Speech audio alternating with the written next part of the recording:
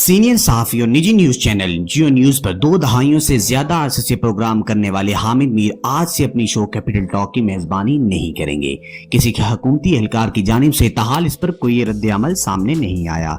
दूसरी जानिब इंसानी हकूक के आलमी तंजीम एमनेस्टी इंटरनेशनल का कहना है कि असद तुर्क पर हमले के बाद हामिद मीर की जानिब से इसके एहतसाब के लिए एक मुजाहिदे में तकरीर की गई, जिसके बाद अब उन्हें उसकी सजा दी गई। इसके मुताबिक इससे मौजूदा जाबराना माहौल में इजहार राय की आज़ादी की जिम्मेदारी उठाने वाले सहाफती इदारों और हुकाम की हौसला शिकनी होती है। सहाफियों के लिए इनकी नौकरियों की कीमत सेंसरशिप, हरास और जिस्मानी तशद्दुद नहीं होना चाहिए।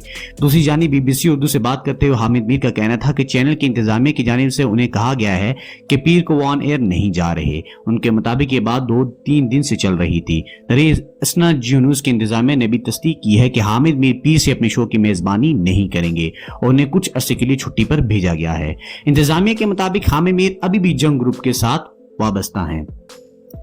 हामिद मीर ने बताया कि इंतजामिया ने मुझे कहा कि मैं प्रेस क्लब के सामने की तकरीर की वजाहत या तजदीद करूं।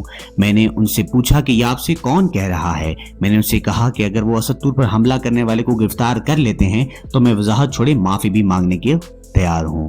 हामिद मीर का मजीद कहना था कि माजी के बरअक्स इस बार उनकी बीवी और बेटी को धमकियां मिली हैं, जबकि उनके भाई को FIA ने किसी पुराने केस में तलब किया है। दरअसल ट्विटर पर जारी किए गए एक पैगाम में हामिद मीर ने बताया कि ये सब उनके लिए नया नहीं। मुझ पर 2 बार पाबंदी लगी और 2 बार अपनी नौकरी से हाथ धोए। मैं हमलों के बावजूद जिंदा हूं, लेकिन आईनी हकूक के लिए आवाज उठाना नहीं छोड़ सकता। मैं इस बार किसी भी किस्म के नताइज और किसी भी हद तक जाने के लिए तैयार हूं, क्योंकि वो मेरे खानदान को धमकियां दे रहे हैं।